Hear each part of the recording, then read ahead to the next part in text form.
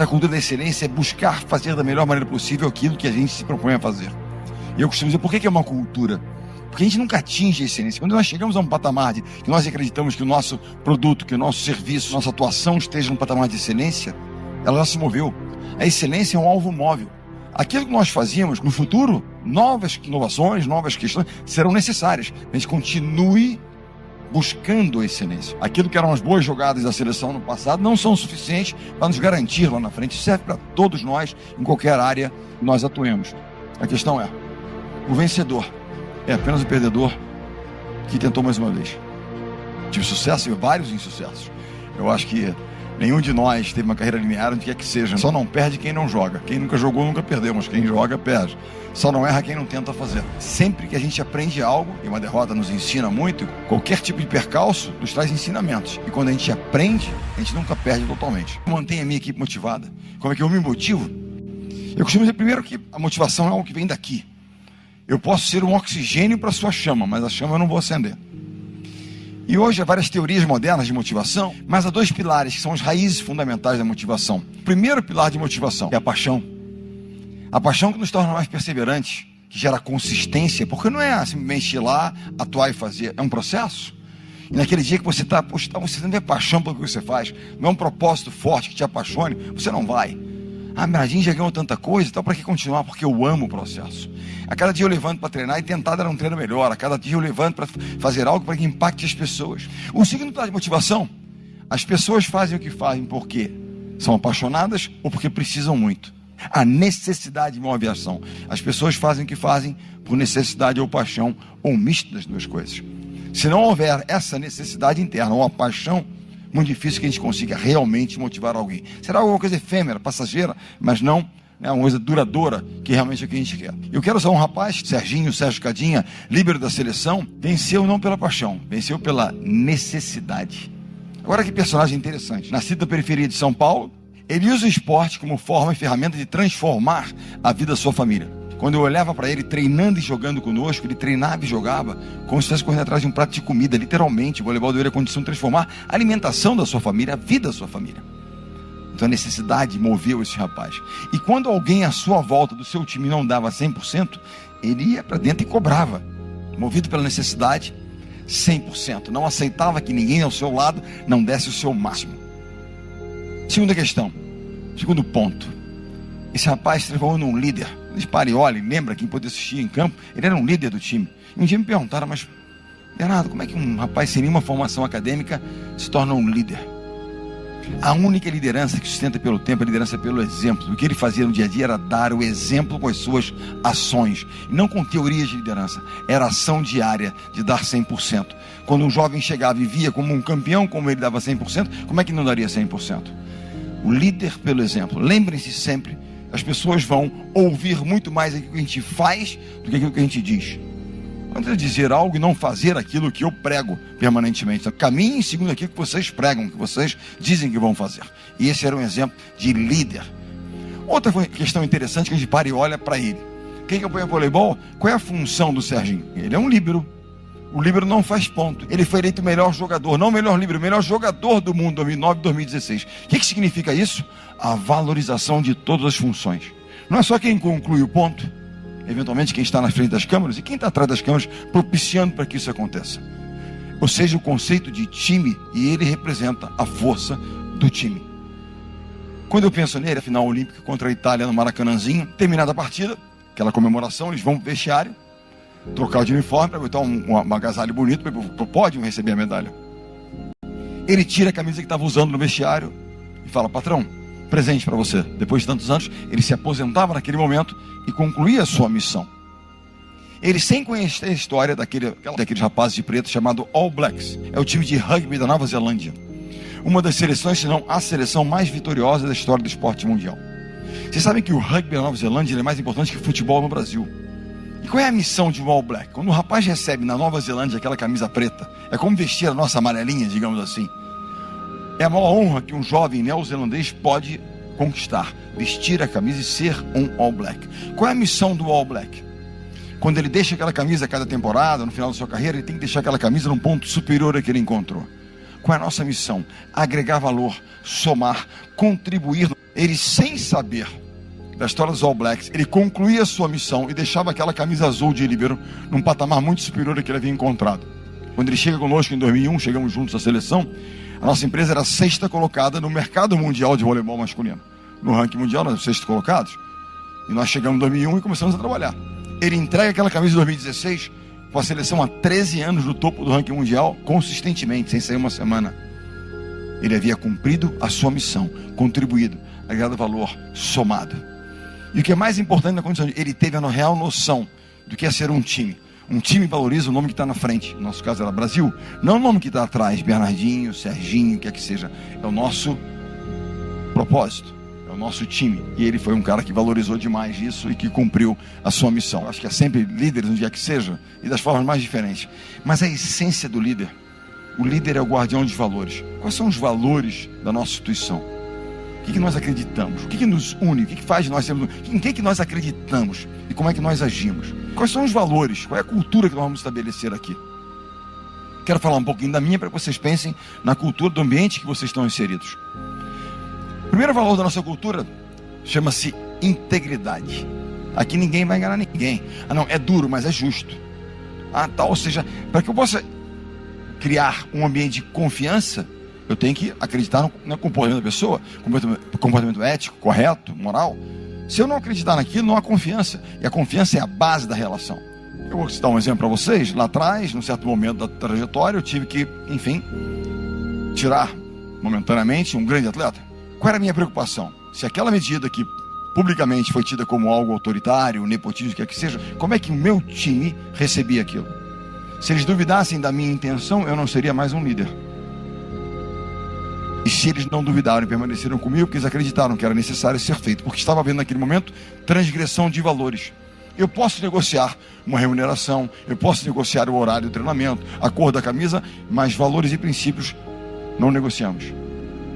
Ou seja, integridade não é negociável, não era o caso. Porque o segundo valor da nossa cultura é time por primeiro. O nome mais importante é esse e não esse. Não, mas eu sou um solista, não tem problema nenhum. Não é um julgamento de caráter, é um desalinhamento de valores. Você é um solista, você vai tocar sozinho, porque nós temos uma orquestra. Aqui é a complementaridade dos talentos que geram grande resultado. Porque o resultado final, em qualquer área, é o resultado de um esforço coletivo. Do time como um time gera uma força que só realmente a questão da complementaridade, dessa sinergia gera. Time. Quando eu cheguei à seleção brasileira, eu não ganhei um crachá de líder, eu ganhei um crachá de treinador. A liderança é um processo, é algo que você conquista quando as pessoas passam a acreditar em você, querer estar com você, te seguir. Você inspira, você cobra, mas você cuida. Então você se torna um líder. Caso contrário, você apenas tem um crachá, te dá algum tipo de autoridade, mas certamente não te dá aquilo que o líder tem que ter, que é o respeito das pessoas, que é realmente querer estar com você no campo de batalha, que seja ele em que campo for esse. Primeiro valor, integridade. Segundo valor, time por primeiro. Terceiro valor, treinamento extremo. Que valor é esse treinamento extremo? Nós imaginamos que na nossa vida nós controlamos muitas coisas, mas não controlamos tantas coisas assim. O quanto talento eu tenho? Eu não controlo quanto talento eu tenho. A gente vem ao planeta Terra com um certo kit pessoal. Tem uns que são mais talentosos para negócios, outros para esporte, outros para as artes, outros para tecnologia. Cada um tem um certo, né? Você trabalha, se desenvolve, mas tem um certo dom. Mas tem uma coisa que nós controlamos, que é o quanto nós colocamos dedicação ao processo de trabalho. Pontualidade, dedicação, suor, disciplina. Isso a gente controla. É uma escolha. Porque é um valor. Aqui nós vamos trabalhar muito. Mas eu não quero trabalhar tanto. Não tem problema, você não vai trabalhar aqui, vai trabalhar em outro lugar. Porque nós acreditamos como diferencial sendo a dedicação no processo, a entrega. Esse é o diferencial. O trabalho paga. E lembrem-se, a única coisa que a gente controla realmente é o quanto de dedicação a gente coloca no processo. Há uma coisa, quando a gente falou-se aqui sobre a questão de você estar permanentemente aprendendo, permanentemente em evolução, buscando a excelência que está se movendo para um outro patamar, também está perseguindo. Então, abominem o pensamento, mas nós sempre fizemos assim. A forma como nós fizemos não é suficiente para continuar conquistando. Nós temos que inovar. E não pensem em inovação como algo disruptivo. Inventar um novo iPhone, Não. Pequenas mudanças que geram enormes ao longo do tempo, né? Modificações, contribuições. Em 2015, com um currículo bastante vitorioso, por que eu vou mudar? Eu não vou mudar. Eles que se adequam a mim, porque eu sou o cara. E aí meu filho, Bruno, que é capitão da seleção, bate a minha porta de madrugada no centro de treinamento. E ele disse: o que você desenvolveu como metodologia de trabalho, que era desafiar, apertar, eleva o sarrafo, mais um pouco, mais um pouco. A primeira geração era absolutamente adequada a essa filosofia. A nova geração não. Isso não quer dizer que eles são melhores, que eles são piores, mas eles são diferentes. E nós então, eu fui então procurar formas de dar um feedback diferente, mais positivo, mais assertivo, de me aproximar principalmente de pessoas que se distanciavam de idade comigo.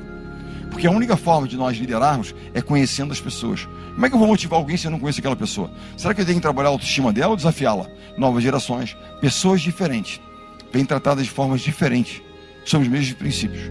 Vai desafiar um pouco mais, vai trabalhar um pouco mais a autoestima, o que é que você mais tem que fazer. Quero falar um pouquinho de desenvolvimento pessoal, qualquer área. A mãe de todas as virtudes. Número 1, humildade. Se não tiver humildade, você acha que você já sabe, você não aprende. A humildade nos traz a seguinte reflexão: nós não somos, apenas estamos, momentaneamente. Ah, mas o Brasil é líder agora, são 20 anos de liderança, 19 anos de liderança. Está líder, não é. Por mais que seja o tempo, se você parar de crescer, parar de trabalhar, parar de fazer o que tem que ser feito, você não estará mais líder. Ninguém é, apenas está. E a humildade faz ouvir as pessoas. E muitas vezes ouvir aquilo que não é dito. Você tem que estar se conectando permanentemente. A humildade que nos faz aprender de verdade. Criar hábitos. Porque o hábito que não é muito positivo, digamos que eu, por exemplo, vou fazer uma dieta. Muitas vezes a gente não consegue vencer um prato de batata frita, porque é difícil às vezes, vencer um prato de batata frita. Você perde para a batata frita, você perde para o despertador. Mas você cria o hábito. O hábito é feito por pequenas vitórias, micro hábitos, e você vai e repete. Hoje à noite, vou fazer o meu a fazer de amanhã, minha lista de amanhã, o que eu vou fazer amanhã. Eu quero que seja uma meta factível, que não gere frustração por você não conseguir, porque essa é possível. Eu quero emagrecer, eu vou perder 10 quilos no mês. Esquece, porque isso não é sustentável. Eu quero treinar, vou começar amanhã correndo 20 km. Esquece, não vai dar certo. Vai ficar tão dolorido no dia seguinte, não vai conseguir fazer nada. Então não é isso. Façam isso com consistência e desenvolvam um hábito. Porque o hábito ruim dá o prazer momentâneo. Vou sentar lá e vou ver uma outra coisa que não tem nenhuma... Eu vou comer uma porcaria qualquer que dá aquele prazer momentâneo, mas te afasta do teu objetivo. A disciplina é a ponte que liga o seu sonho, a sua meta que está com você aqui, a sua realização efetiva. Vocês tiveram a oportunidade de assistir a uma série muito interessante sobre o Michael Jordan, chamado O Arremesso Final, Last Dance. Fala sobre Michael Jordan, sobre o time do Chicago Bulls. É o melhor insight, dos melhores insights ali, dito pelo Michael Jordan, que é um dos maiores esportistas da história do esporte mundial, é o seguinte: ele foi muito duro com seus companheiros, um líder, mas às vezes muito duro. Chegava ao limiar de transpor um pouco certas linhas. Mas ele dizia o seguinte: eu nunca cobrei de alguém, ou exigi de alguém algo que eu mesmo não estivesse disposto a fazer. Porque vencer, ter sucesso, cobra um preço. Liderar também tem um ônus, porque a responsabilidade, em última instância, é nossa. Aos campeões, o desconforto. Vou fazer uma pergunta a vocês. Todos estão aí, 10 segundos de reflexão. Pensem no momento da trajetória de vocês, que vocês tenham aprendido muito. Aquele momento, extrair grandes lições daquela experiência. Vamos lá, 5 segundos. Pensem. Pensaram? Vamos lá. Esse momento que vocês pensaram remete a algum tipo de frustração, de dor, de uma meta não alcançada, de uma derrota, de um negócio não concluído? Puxa, quantos aprendizados? Não existe crescimento acompanhado de conforto. O crescimento, ele pressupõe algum tipo de desconforto. Quer aprender algo novo? Você sai da sua zona de conforto e vai. Quer treinar algo que você não é bom? É desconfortável, queria ficar na minha zona de conforto. Numa empresa, vai mudar o sistema operacional? Não é um sofrimento? Não, vamos manter. Não, mas para crescer a gente tem que melhorar. E aí, para isso, você tem que ter um tipo de sofrimento, é o que eu chamo de desconforto de adaptação. Há uma nova zona de conforto maior. E é isso que eu tento fazer permanentemente. Provocar os campeões. Aos campeões de desconforto. A questão é: o vencedor é apenas o perdedor que tentou mais uma vez. E essa é a mensagem. Vamos cair 6 vezes, 7 vezes, levanta 8. Sigam trabalhando, buscando, fazendo, apaixonados pelo que estão aprendendo. E o conforto é a pior das armadilhas, para que a gente possa buscar o crescimento e realização. É da dificuldade que vem. Conhecimento, aprimoramento é da dificuldade. E se está difícil, é que a gente está aprendendo. Foquem naquilo que é importante, naquilo que vocês controlam. que vocês não controlam é ruído. Não pode interferir naquilo que vocês têm que fazer, nas suas ações. O segundo F é força, para lidar com a adversidade, para se superar, para seguir em frente, para lidar com os nãos, porque os nãos vão acontecer. A vida não será sempre justa. Mas isso para ser foco, força. E o terceiro F, fé. Professem, Senhor, a fé de vocês, aquilo que vocês acreditam, mas muito mais do que a fé apenas algo superior, é a fé nas pessoas à sua volta, no seu time, e a fé no trabalho. O trabalho paga.